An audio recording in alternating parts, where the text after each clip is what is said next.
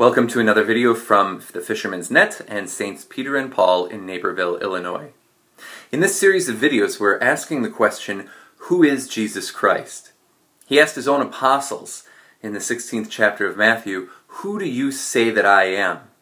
And we looked at how the faith of the apostles, which was handed on in the scripture and in sacred tradition, show Christ being, from the very beginning, fully God and yet fully man. So from the very data we have that was handed on to us from the apostles, contained in sacred scripture, the data we have is Christ being fully human yet fully divine. But how do we put those two together? How do we understand one person, one subject, being both fully God and fully human? And actually it took the church a long while to work out kind of a vocabulary to understand this, to articulate it properly. And along the way, as this understanding was being developed, different people and different groups fell into certain errors along the way. We call them heresies. Heresies are false teachings, right? Things that are not true about Christ.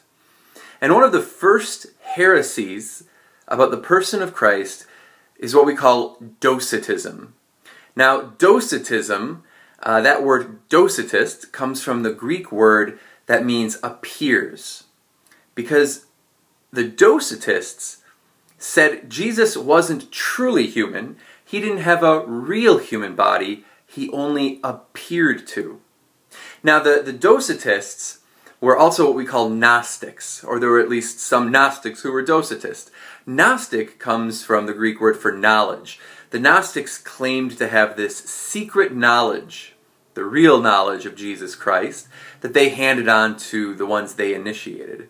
And part of being a Gnostic is that they were dualists. They believed in a strict division between the physical and the spiritual. They had a good God and an evil God. And so for the Gnostics, spirit is good, but matter and flesh is evil. And so for a Docetist who's a Gnostic, right, a Gnostic Docetist, Christ could not have taken on real human flesh, because spirit good, flesh bad. So for these Docetists, no, Christ's body wasn't a true body. That would be impossible. It rather only appeared that he had a body. And it only appeared that he suffered.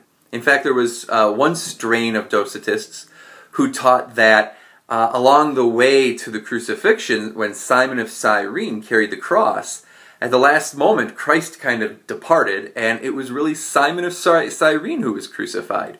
So they had to go to all these lengths to try to say, no, Christ could not have had a true human body, true human flesh, because flesh is evil. The Catholic Church has always resisted that temptation to say spirit good, body bad, or spirit good, flesh evil. And we say, no, the flesh is the hinge on which our salvation turns. So even in the Gospel of John and in some of the the late letters of the New Testament, you already find an emphasis on Christ's true human body, probably against the Docetists. So think of some of the scenes from the Gospels where the author goes to great lengths to show us that Jesus has a true human body. So for instance, in the Gospels after the resurrection, Jesus eats. An appearance doesn't eat, only a real human body does.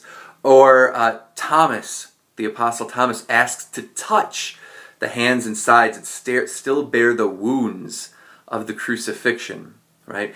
So these are examples where the gospel writer, the biblical authors, are trying to stress to us, no, Jesus really did have a human body. He really suffered and died in that body. Another problem with the Docetists is if spirit is good and material things are evil, they had to deny the sacraments, because the sacraments are all invisible grace through these material channels. And so in around 110 AD, St. Ignatius of Antioch had to write against some of these heretics. And he said, take care of those who are holding these heterodox or false opinions, because they don't confess that the Eucharist is the flesh of Christ, the same flesh which suffered for us. right?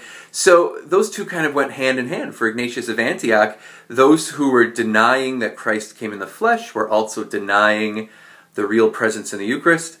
And so what Ignatius of Antioch does very early in church history is he says, yes, this is the flesh of Christ in the Eucharist, and therefore, of course, Christ had a true human body, real human flesh. And so this Docetism still creeps up today. It's a tendency that the church continues to fight against, where someone would say spirit good, but flesh bad, or the material world is so fallen that it's godless. And we say no, that the creation may be fallen, but it's still good. God created it good, right? You can also see hints of Docetism sometime in just people's conceptions of Jesus. If you think of a Jesus who couldn't really have been tempted the same way we are, well, that's Docetism. That's saying he only really appeared to be human. Or a Jesus who, never got dirty. Or a Jesus who would have never had bad breath. Those are all Docetisms, kinds of Docetism, right, where we deny the real humanity of Christ, that he only appeared to be human, but it was really just kind of a veil, kind of an illusion he put on. So the essence of the Catholic faith is that we hold these two things in tension, that yes, Christ is fully God, but yes, he's also fully man. And we know that he's like us in all things but sin. So we have to rule out Docetism, this idea that Christ wasn't truly human, didn't really have a human body. But there are other errors that start creeping up very soon in early church history, the first of which is Arianism. And Arianism denied that Christ is truly God. And we're going to look at that next time. So look at the pendulum swing. First, Docetism, Gnosticism, says Christ is not truly human. And then not far after, Arianism says that Christ is not fully and truly God.